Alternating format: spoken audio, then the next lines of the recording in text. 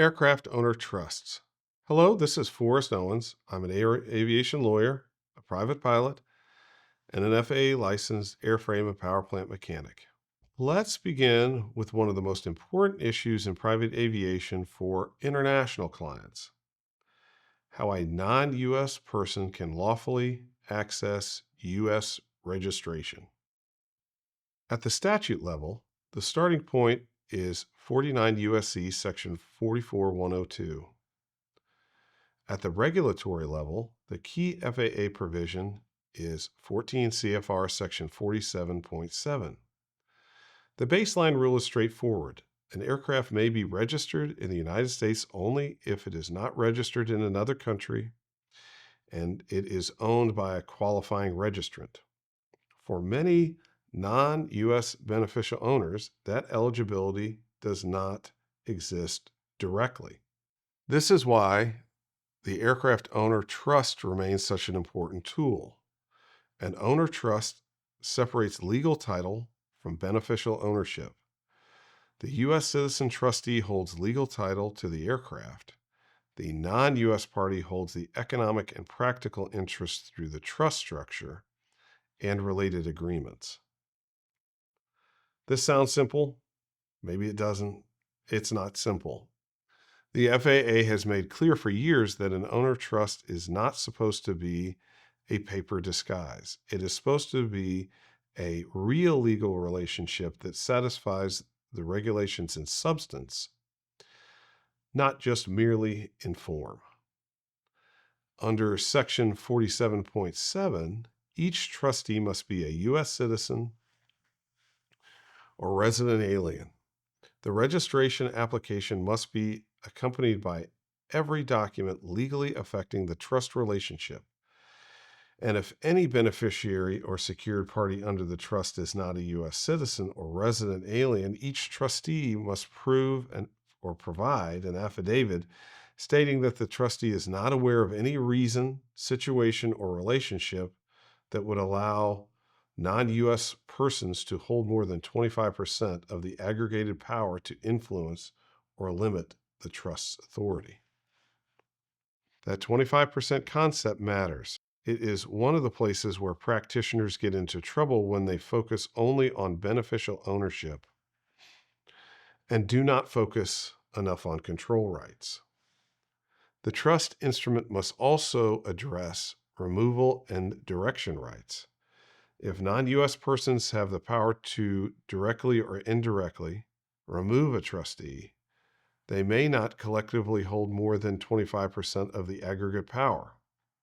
In other words, foreign economic ownership can be broad, foreign control over the trustee cannot. The FAA's 2013 policy clarification sharpened this analysis. The agency said it wants to see not only the trust instrument, but also operating agreements and similar side agreements that affect the trust relationship. Silence is not enough.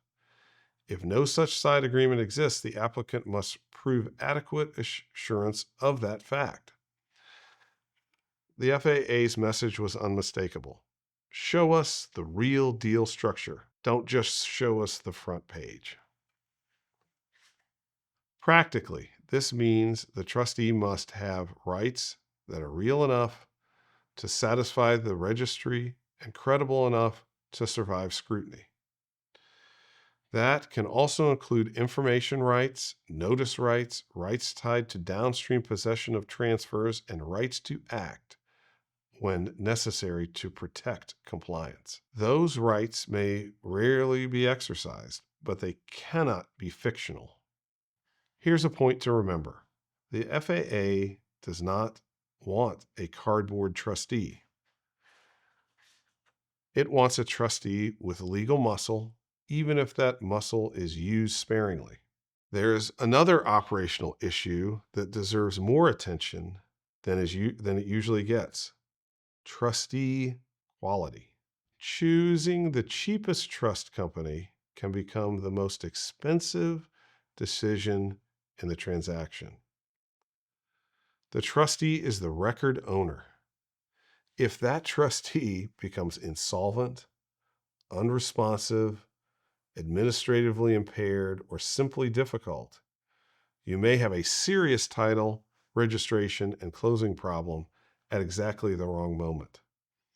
A sale can be delayed, a refinancing can be delayed, an enforcement event can become more complicated. Even a routine amendment can turn into a negotiation. From a transaction planning perspective, the owner trust should therefore be evaluated on at least 4 levels: regulatory compliance, trustee independence, document integration, and institutional reliability of the trustee itself. Also, remember what FAA registration does not do. Under 14 C.F.R. section 47.5, registration is not evidence of ownership in any proceeding where ownership is disputed. So the trust and title documents still need to be drafted with the same discipline you would bring to any other high-value asset transaction. In short, owner trusts are lawful, common, and often the best solution for non-U.S. persons seeking U.S. registration. But the structure only works when the documents are aligned. The trustee is genuinely qualified and independent, and the parties understand the FAA compliance is ongoing, as an ongoing condition, not a one-time filing event. I want you to take this away. An owner trust can open the U.S. registry, but only a well-built owner trust keeps that door open.